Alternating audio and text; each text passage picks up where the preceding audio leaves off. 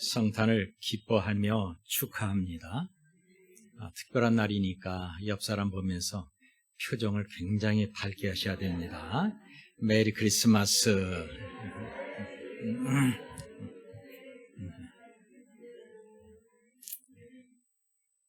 얼마나 좋은 말입니까?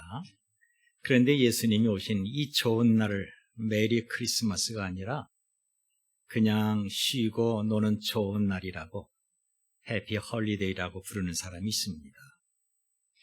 우리가 메리 크리스마스라고 하면 불신자들의 마음이 상할까봐 해피 홀리데이라고 부르자고 합니다. 이렇게 성탄의 명칭마저 변하고 감격이 식어졌습니다만, 그러나 아직까지 성탄절은 세계 최고의 명절로 지키고 있습니다. 세계 최고의 명절인 성탄절은 단순히 이스라엘이라는 아주 작은 나라에서 예수라는 사람이 태어난 것이 아니라 그분의 탄생으로 인류 역사가 변했고, 죄와 불의한 흑암 중에서 신음하던 온 인류가 그분의 탄생으로 구원을 받았습니다. 그리고 이웃과 주변 환경과 늘 경쟁해서 피곤하고 지친 영혼들과 죄에 억눌린 죄인들이 예수님 탄생으로 참된 자유와 평화를 누리게 됐습니다. 예수님의 탄생은 아담과 하와가 범죄해서 에덴 동산에서 추방될 때 하나님이 예언하신 것입니다. 창세기 3장 15절을 보면 내가 너로 여자의 원수가 되게 하고 내 후손도 여자의 후손과 원수가 되게 하리니 여자의 후손은 내 머리를 상하게 할 것이요 너는 그의 발꿈치를 상하게 할 것이라고 했습니다. 하나님은 동정녀 마리아를 통해서 구주 예수 그리스도를 탄생하게 하셨는데 이것을 여자의 후손이라고 말합니다. 이사야 선지자는 예수님 탄생 700년 전에 예언하기를 그러므로 주께서 친히 징조로 너희에게 주실 것이라 보라 처녀가 잉태하여 아들을 낳을 것이니 그 이름을 임마누엘이라고 했습니다. 하나님은 이사야 선지자를 통해서 장차 온 인류를 구원하실 예수님께서 동정녀 마리아의 몸에서 탄생하는데 그것이 우리와 친히 함께 하시는 임마누엘의 축복이라고 하는 것입니다. 그 후에 100년이 지나서 미가 선지자는 죄인을 구원하실 메시아가 베들레헴에서 탄생할 것을 예언을 했습니다. 미가 선지자는 예수님 탄생 800년 전에 예수님께서 베들레헴이라고 하는 땅에서 태어날 것을 구체적으로 예언했습니다. 우리가 가진 성경을 보면 이렇게 예수님의 탄생과 생애와 고난과 죽음과 부활에 대한 예언이 매우 많이 있습니다. 오늘 본문을 보면 예수님을 사랑했던 그리고 사랑받던 제자 요한이 예수님을 직접 눈으로 보았고 손으로 만졌고 그분과 함께하면서 우리가 지금까지 함께했던 이 예수 그리스도는 하나님 아버지의 독생자의 영광이라고 말합니다. 14절을 보니까 말씀이 육신이 되어 우리 가운데 거하심에 우리가 그의 영광을 보니 아버지의 독생자의 영광이요 은혜와 진리가 충만하더라고 했습니다. 오늘 성탄절을 맞이하여 우리도 제자 요한처럼 신령한 눈을 떠서 독생자의 영광을 보고 마음과 입술이 열려서 예수님을 말하며 은혜와 진리로 충만한 이런 삶이 되시기를 바랍니다. 그렇다면 육신의 몸으로 오신 독생자의 영광이 과연 어떤 것입니까? 독생자의 영광은 인류 최고의 겸손입니다. 그렇습니다. 겸손이 예수님의 영광이십니다.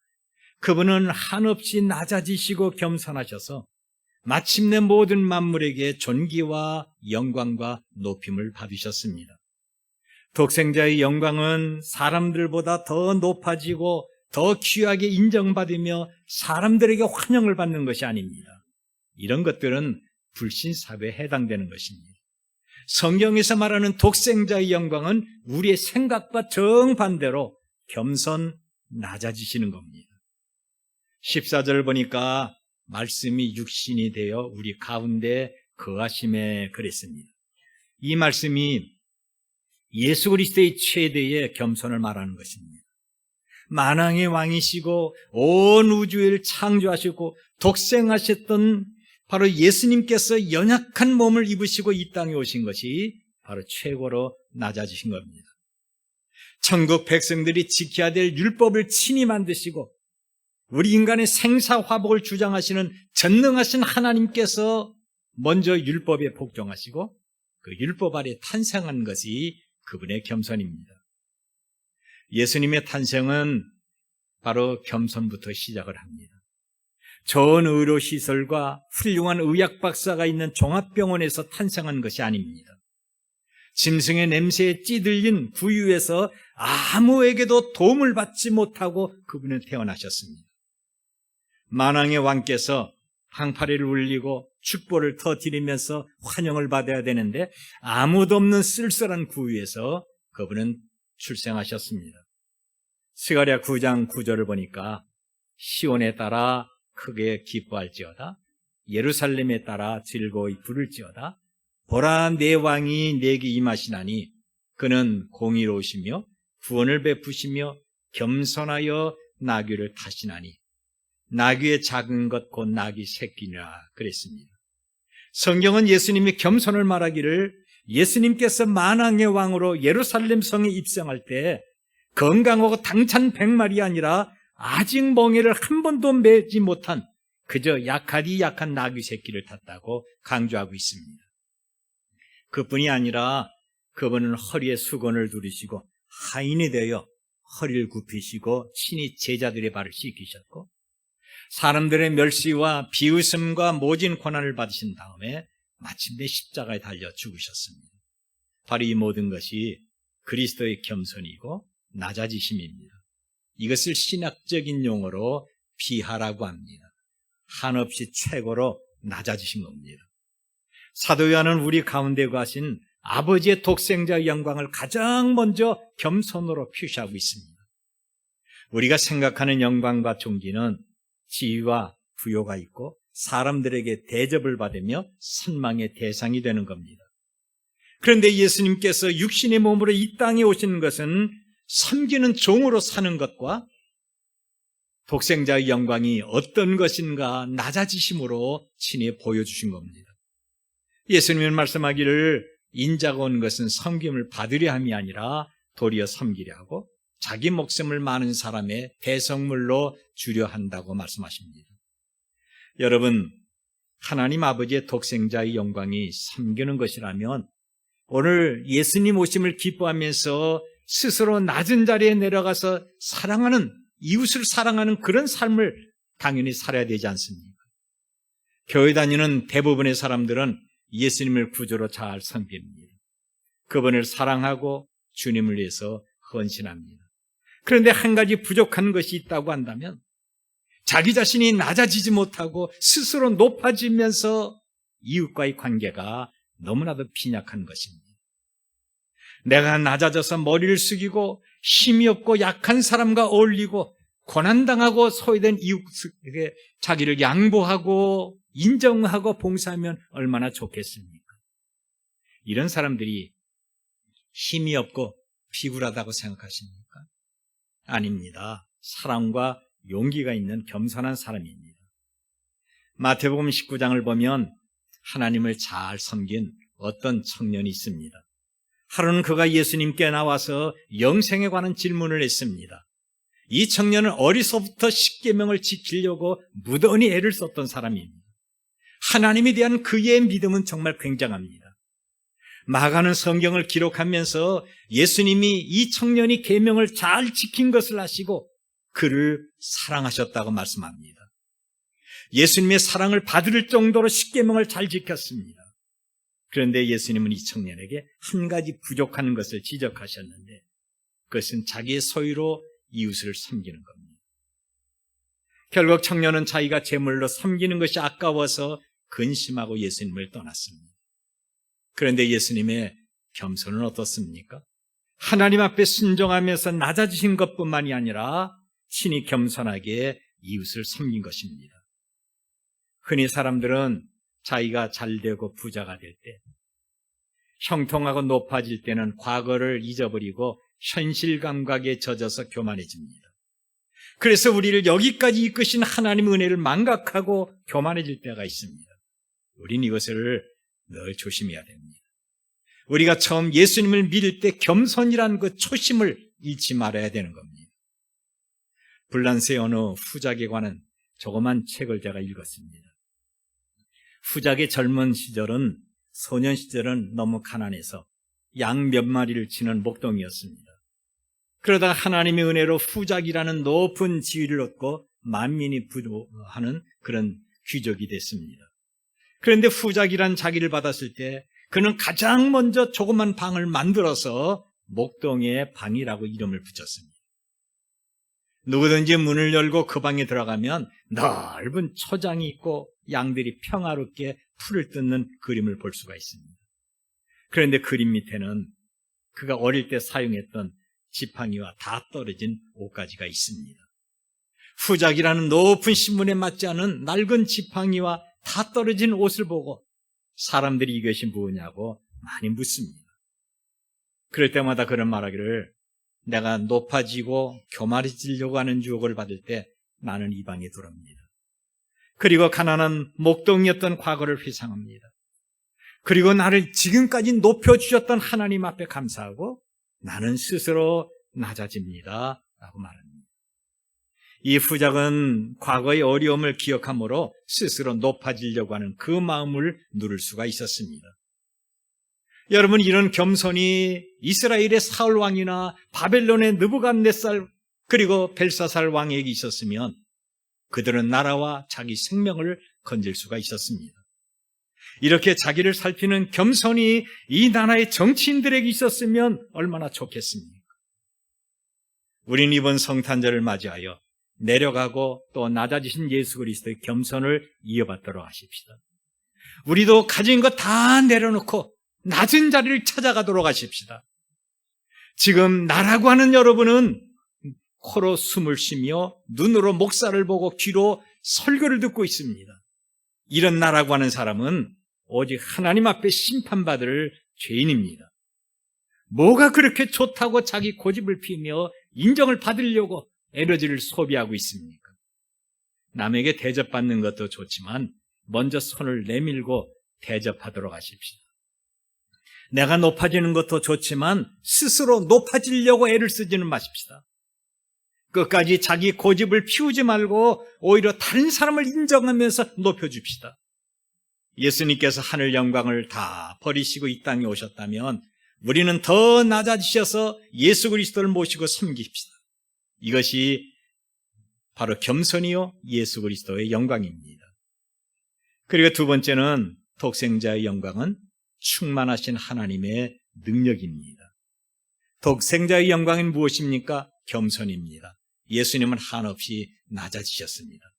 그리고 하나님의 충만하신 능력이 독생자의 영광입니다. 여러분 14절 찾아서 한번 같이 읽읍시다. 14절 시작. 말씀이 육신이 되어 우리 가운데 거하시며 우리가 그의 영광을 보니 아버지의 독생자의 영광이요 은혜와 진리가 충만하더라. 아멘. 여기 진리는 영원한 생명을 가지신 예수 그리스도이십니다. 그리고 은혜는 값없이 주시는 하나님의 선물인데 이것은 예수 그리스도를 통해서 우리가 생명을 받는 것입니다. 그렇습니다. 우리의 구주이신 예수님은 은혜와 진리로 충만하십니다. 그런데 이 충만은 당신 혼자 갖고 있는 것이 아니라 밖으로 철철 넘쳐 흘러서 하나님의 백성들의 심령에 흘러넘쳤습니다. 이것이 하나님의 영광이고 은혜입니다. 16절을 보니까 우리가 다 그의 충만한 데서 받으니 은혜 위에 은혜로라고 했습니다. 여러분, 예수님 안에 영원한 생명이 있습니다. 예수님 안에는 평화와 기쁨이 있습니다. 예수님 안에는 소망과 성령의 능력이 있습니다. 우리 이장로님이 기도하듯이 예수님 안에는 병을 고치고 회복하는 능력이 있습니다. 예수님은 이것을 우리에게 아낌없이 부어주셨습니다. 이것이 바로 나를 위한 하나님의 은혜입니다. 이 은혜가 차고 넘쳐서 성경은 말하기를 은혜 위에 은혜라고 말합니다. 예수님은 우리의 구원을 위하여 모진 고난과 모욕을 다 받으셨습니다.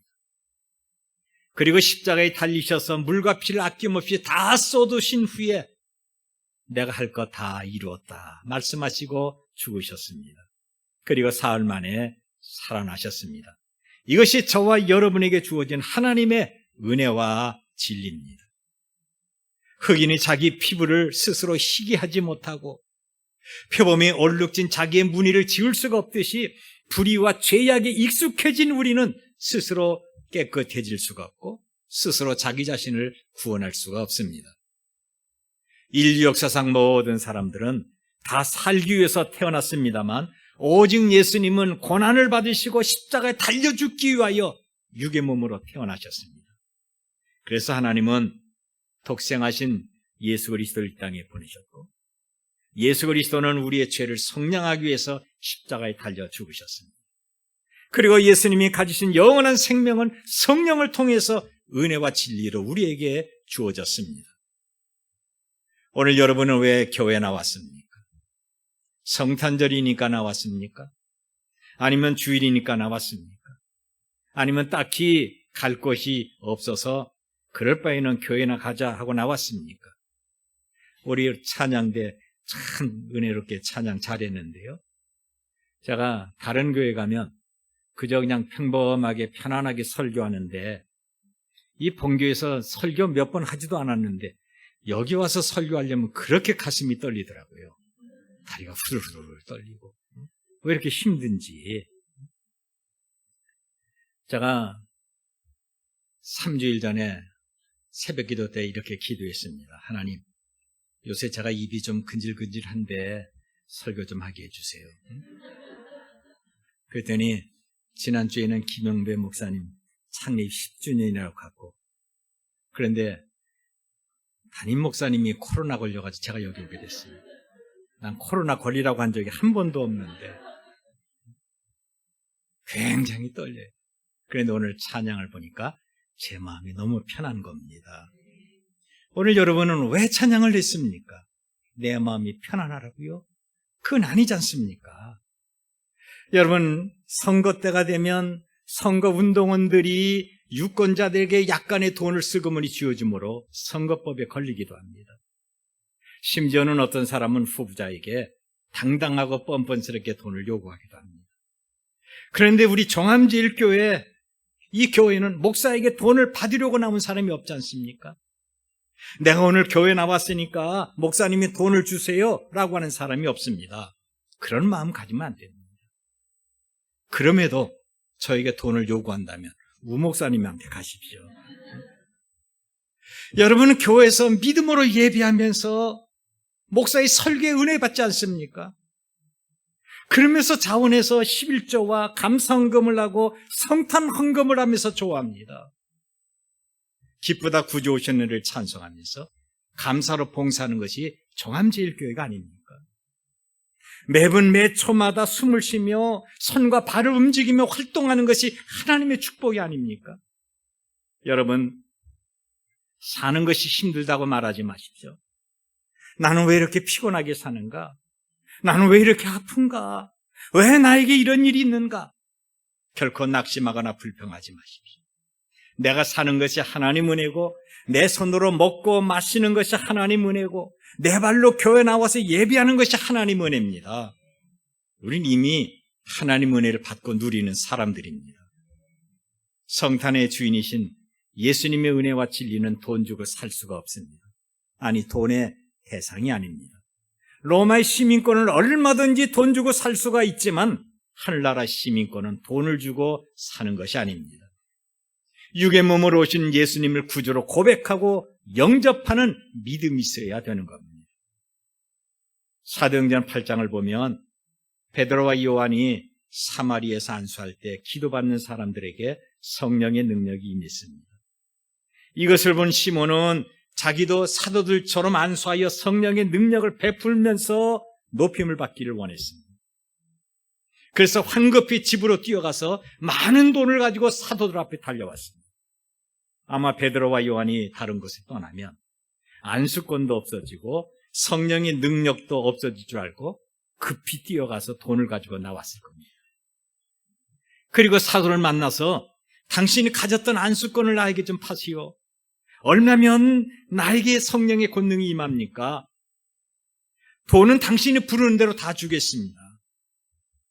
그런데 베드로는 그의 약함을 보고 내가 하나님의 선물을 돈 주고 살 줄로 생각하였으니 내 은과 내가 함께 망할 것이라고 저주를 합니다. 여러분, 영생은 돈으로 사는 것이 아닙니다. 성령은 돈으로 사는 것이 아닙니다. 예수님을 돈으로 사는 것이 아닙니다. 예수님은 우리가 구주로 고백하고 내 마음으로 영접해야 나와 함께하고 있습니다. 오늘 여러분이 성탄을 축하하면서 이 자리에 나와서 예배하는 것은 돈과 연관된 것이 아니라 하나님의 은혜와 영원한 진리이신 하나님을 찬양하고 경배하기 위한 것입니다. 예수님이 우리에게 주신 은혜와 진리는 하나님을 당당하게 아버지라고 부르게 합니다. 아버지, 하나님 아버지, 사랑하는 내 아버지. 원래 우리는 하나님의 자녀입니다. 그런데 죄로 말미암아 영광스러운 자녀의 신분을 포기하고 사탄에 속한 불량자처럼 살았습니다. 이제 육의 몸으로 탄생하신 그리스도의 영광은 예수 그리스도를 구주로 고백하고 영접한 죄인들에게 하나님의 자녀가 되는 권세를 회복했습니다. 우리는 여전히 하나님의 자녀이지만 때로는 버릇 없이 살 수가 있고 하나님을 거역해서 아버지의 마음을 아프게 할 수가 있지만 그때마다 은혜로 용서하시고 진리를 통해서 영원한 생명을 유지하게 하셨습니다. 한 가정에서 형제들이 치고받고 싸울 때가 있듯이 한 교회에서 의견 충돌이 있고 다툼이 있을 수가 있지만 하나님 십자가의 능력으로 모든 것을 화목하게 하셨습니다. 우리는 영원히 변하지 말자고 국회 약속한 사랑도 쉽게 변질되지만 우리를 향하신 하나님의 사랑과 은혜는 영원히 변하지 않습니다. 이것이 진리입니다. 이 사랑, 이 은혜, 이 진리는 오직 예수 그리스도에게 충만하십니다. 그리고 예수님의 충만하심은 오늘 성탄을 기뻐하면서 축하하는 우리 모두에게 아낌없이 부어지는 것입니다. 그리고 세 번째, 독생자의 영광은 임마누엘의 축복입니다. 여러분, 독생자의 영광이 무엇입니까? 겸손과 충만하신 하나님의 능력입니다. 그리고 임마누엘의 축복입니다. 마태복음 1장 23절을 보니까 보라, 처녀가 잉태하여 아들을 낳을 것이요 그의 이름은 임마누엘이라 하리라 하셨으니 이를 번역한즉 하나님이 우리와 함께 계시다 함이라고 했습니다. 예수 그리스도는 우리의 임마누엘입니다. 임마누엘은 전능하신 하나님이 우리와 친히 함께 하신다고 하는 그런 하나님의 약속입니다. 원래 이스라엘 백성은 하나님이 선택하시고 함께 하시는 복된 백성입니다. 아브라함을 부르셔서 신령한 불로 제물을 받으셨던 하나님은 모세에게는 지팡이를 통해서 권능을 보이셨습니다. 그리고 광야 40년은 불기둥과 구름기둥으로 친히 함께 하셨습니다. 하나님은 다윗 시대부터 성전이라는 하나의 거룩한 장소를 통해서 이스라엘 백성들과 함께 하셨습니다. 그런데 하나님은 볼 수가 없습니다. 시대를 통해서 하나님을 볼 수도 없고 하나님을 만질 수가 없습니다. 하나님은 말씀이나 꿈으로, 이적으로 또는 불과 구름으로 선자를 통해서 나타나시고 함께 하셨지만 이 종교적 타성으로 타락하고 변질된 백성들은 영으로 함께 하시는 하나님을 전혀 깨닫지 못합니다. 도리어 자기 손으로 만지려고 하고 자기의 눈으로 볼 수 있는 가나안 우상을 하나님처럼 섬겼습니다. 그래서 하나님은 선자를 통해서 책망하십니다. 어떤 때는 불신자를 통해서 인생 채찍으로 때리고 질병으로 징계도 하시고 가난으로 교육하십니다. 그리고 가장 극심한 바빌론 포로 70년이라는 고통스러움으로 징계하고 깨우쳤지만 이것도 잠시뿐 이들은 하나님을 가까이 하지 않습니다. 인간이 볼 수 없는 하나님을 볼 수 있게 하는 한 가지 유일하고 최종적인 방법은 예수님께서 육신의 몸을 가지시고 이 땅에 오시는 겁니다. 우리는 바로 그날을 성탄절이라고 합니다. 마침내 예수님께서 동정녀 마리아의 몸에서 태어나셨습니다. 예수님이 이 땅에 사셨던 모든 것은 하나님 아버지께서 하시는 겁니다. 예수님은 나와 아버지는 하나라 말씀할 때 유대인들은 참담하다고 돌을 던져 치려고 했지만 예수님은 이 말씀을 취소하거나 변명하지 않았습니다. 제자 빌립이 하나님 아버지를 보여달라고 하자 나를 본 자는 아버지를 보았거늘 어찌하여 아버지를 보이라 하느냐라고 말씀하십니다. 하나님은 예수 그리스도를 통해서 택한 그의 백성들과 함께 하십니다. 예수님은 십자가에 달려 죽기 전에 갈등하고 두려워하는 제자들에게 내가 다른 보혜사 성령을 보내어 너희를 고아처럼 버려두지 아니하고 영원토록 함께하겠다고 말씀하십니다. 지금도 보혜사 성령은 하나님 아버지와 예수 그리스도를 통해서 우리와 함께하고 있습니다. 이것이 임마누엘입니다. 자, 그렇다면 임마누엘로 함께하셨던 예수님은 지금 우리를 위해서 무엇을 하고 있을까요? 피곤하고 지친 심령마다 안식의 복을 주십니다. 여러분, 이 복잡하고 어지러운 세상에서 어디에서 무엇으로 안식을 얻겠습니까? 여기저기 좋다는 것을 다 다녀봐도 여전히 피곤한 우리들입니다. 오직 예수님 안에서만 참된 안식이 있습니다. 예수님은 당신에게 오는 자마다 편히 쉬게 하신다고 말씀하십니다. 진정한 평안은 오직 예수 그리스도를 구주로 믿고 성령으로 충만할 때 체험되는 것입니다. 삶에 줄이고 목마른 자들에게 생수의 강으로 만족하게 할 것이라고 말씀하십니다. 나를 믿는 자는 그 배에서 생수의 강이 솟아날 것이고 나를 믿는 자는 영원히 줄이지 아니할 것이다. 지금도 예수님은 우리를 위하여 천국에서 친히 간구하십니다. 로마서 8장 34절을 보니까 그는 하나님 우편에 계신 자여 우리를 위하여 간구하시는 자시라. 예수님은 우리의 완전한 구원을 위하여 지금도 간구하고 있습니다. 우리가 시험에 들고 유혹을 받아 갈등을 하고 내가 고난을 당하고 몸이 아프고 생활이 힘들고 어려워도 믿음을 지키면서 하나님을 예비하는 것은 나를 위하여 기도하시는 예수님이 있기 때문에 그런 것입니다. 병든 자에게는 의사가 필요하듯이 예수님께서는 병들고 가난하고 죄와 고난에서 신음하고 갈등하는 모든 사람들에게 친절한 상담자시고 의사가 되십니다. 나병 환자가 찾아왔을 때 사람들은 소리를 지르면서 돌을 던졌지만 예수님은 그를 깨끗하게 치료하셨고 귀신을 내쫓으셨습니다. 귀머거리가 듣고 벙어리가 말하며 전혀 움직일 수 없는 중풍병자를 고쳤습니다. 그리고 저와 여러분과 우리 자녀들의 심령을 고치시고 병들고 약한 몸을 회복시켜 주십니다. 여러분, 예수님이 나의 병과 내 가족의 병과 이웃의 병을 고쳐주실 줄로 믿으면 크게 아멘 하십시다. 아멘대로 응답되기를 축원합니다.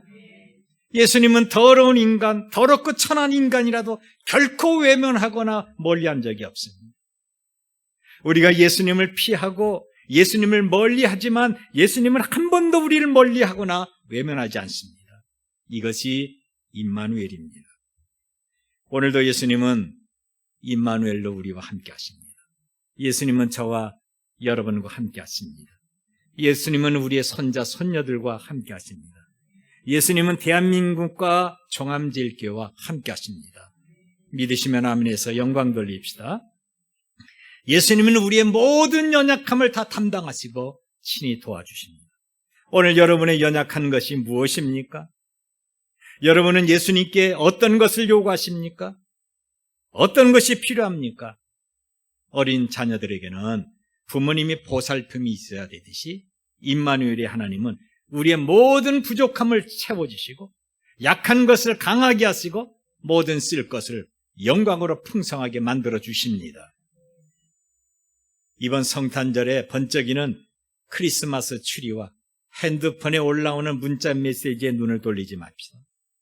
진열장에 크게 써붙인 반값 할인이라는 글자에 마음을 빼앗기지 마십시다. 화이트 크리스마스냐 아니냐에 관심을 갖지 맙시다.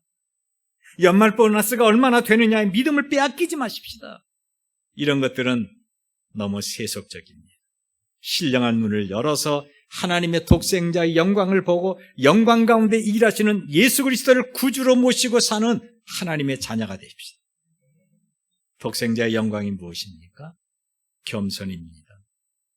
예수님은 종의 형체를 가져 스스로 낮춘 것처럼 우리도 낮아지고 또 낮아져서 겸손히 독생자의 영광을 체험하도록 하십시다. 독생자의 영광은 충만하신 하나님의 능력, 은혜입니다.